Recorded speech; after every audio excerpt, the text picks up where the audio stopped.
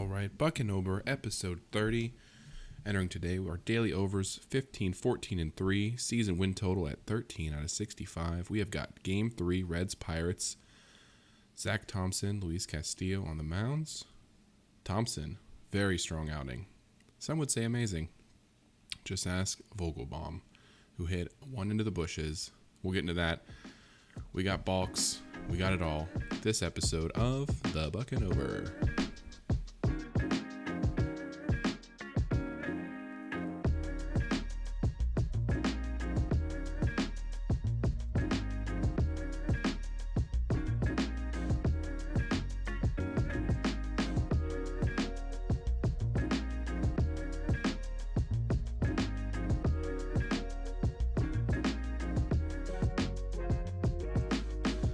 Alright, sorry for no episode yesterday. Bartender called off work. Was the only one there. Got destroyed. Came home exhausted. Not really an excuse, but just kind of where I was at. But a brief recap of yesterday's game. Mitch Keller stinks. The Reds continue to torture the Pirates. Overhit. 8-2 Reds. Mitch Keller, he's a number 4 guy. He's a career 650 ERA guy. Over 40 plus starts. So, he pretty much is what he is now. But that was yesterday. Today's a new day. Let's get into the recap. What a start by Zach Thompson. Did very well. Bottom of the second, though, we had first and third, and the Pirates get a run on a balk. Don't really see that very often. Castillo twitched his leg or something and scored a run. Castillo then comes up, singles in Castro, makes it 2-0. But we've seen 2-0 leads before. And sorry if you're a Penguins fan. But we've seen it before. Luckily, Thompson held strong. And in the bottom of the fourth, we got a little insurance. Vogelback absolutely destroyed a home run. 433 feet. His 6th on the year. 3-0 Pirates. Moves us to the top of the 7th.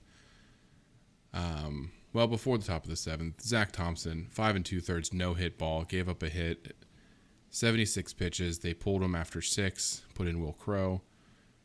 The dude looked gassed. I don't know if he's out of shape or if he's still recovering from that illness he had a week ago, but I don't know, 76 pitches and you're sucking wind. I don't know, maybe he's just not conditioned right. Top of the 7th, though, Will Crow's in. Almora Jr. singles home Moustakis, makes it 3-1. Stratton and Bednar shut the door, raise the Jolly Roger. That's the final. This game, to quote to quote Daniel Vogelback, it's awesome. Post-game interview, he said it's awesome about 7 times. I do like me some Daniel Vogelback. He's so amped up in the dugout. If you're watching the game, you just see him. He's chewing gum. He looks like he's looking for another can of Monster. He's awesome. Then he goes up and jacks home runs. He's the All-American. All-American hero. Zach Thompson, great. No hits, no runs, obviously. 6 innings on 76 pitches. This is how you kind of envision these things going when you get a guys like Zach Thompson. Comes in and delivers. 3 strikeouts. He had a couple walks. But, if you're walking Colin Moran because you're afraid he's going to run one into the bushes, then it's not a bad walk. Will Crow in the 7th walks the leadoff guy, which leads to the run. But then Stratton and Bednar come in, like I said, shut it down for the Pirates. The lineup, Sawinski, Castro, and Castillo all batting back-to-back like that kind of gives you a little glimpse into the future, which I like. You kind of see these young players coming in. And for a team like the Pirates who they don't have any veteran presence like real ball players, kind of seeing that future coming together is kind of nice. Kind of see what might be coming. Now I think Castro was 2 for 3. He did strike out once, but he was effective at the plate. Diego Castillo had a nice hit. Sawinski 0 for 3, but he got on base, got a run in. Vogelback 1 for 1, 2 walks. He's looking good. Vogelback's just bringing the power. He is. They said after the broadcast, he's, continues to be a team leader. bringing the power. Hayes continues to hit the ball very hard, just right at players. That'll correct itself over time. And you'll see that average start coming back. I mean, he's batting .312, so he's not like doing horrible. Speaking of doing horrible, let's look for some bad teams doing good today. Oh, the Cubs, Diamondbacks, 1-1. They're both pretty bad. Royals, Rockies, no. Phillies, Dodgers. Phillies won yesterday. Today might be their second game. Cardinals, Giants. Padres, Braves. Angels, Athletics. Athletics beat the Angels. I would consider that a bad team beating a good team. Did they play yesterday? Let's see. No, yes, they did play. Angels beat them 2-0. So tomorrow, we're looking at Athletics, and we're looking at Tigers, maybe. Blue Jays. Marlins beat the Brewers.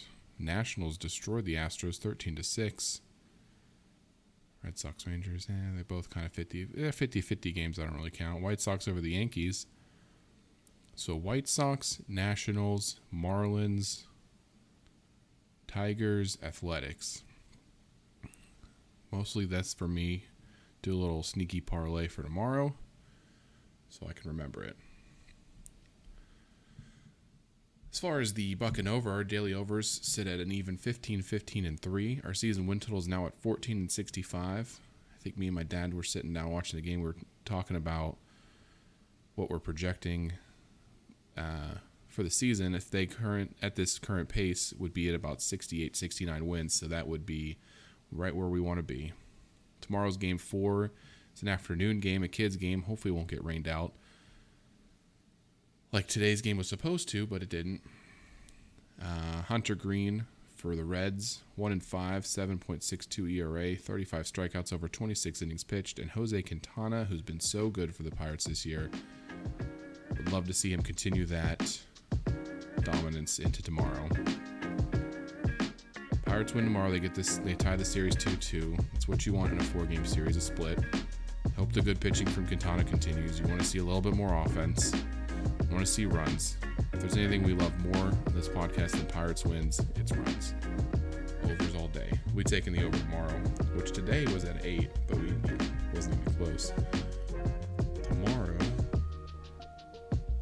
let's peep the run line real quick before we get out of here. 8.5. So we'll be taking that as well, as we do every day, because we love to see runs here on the Bucnover.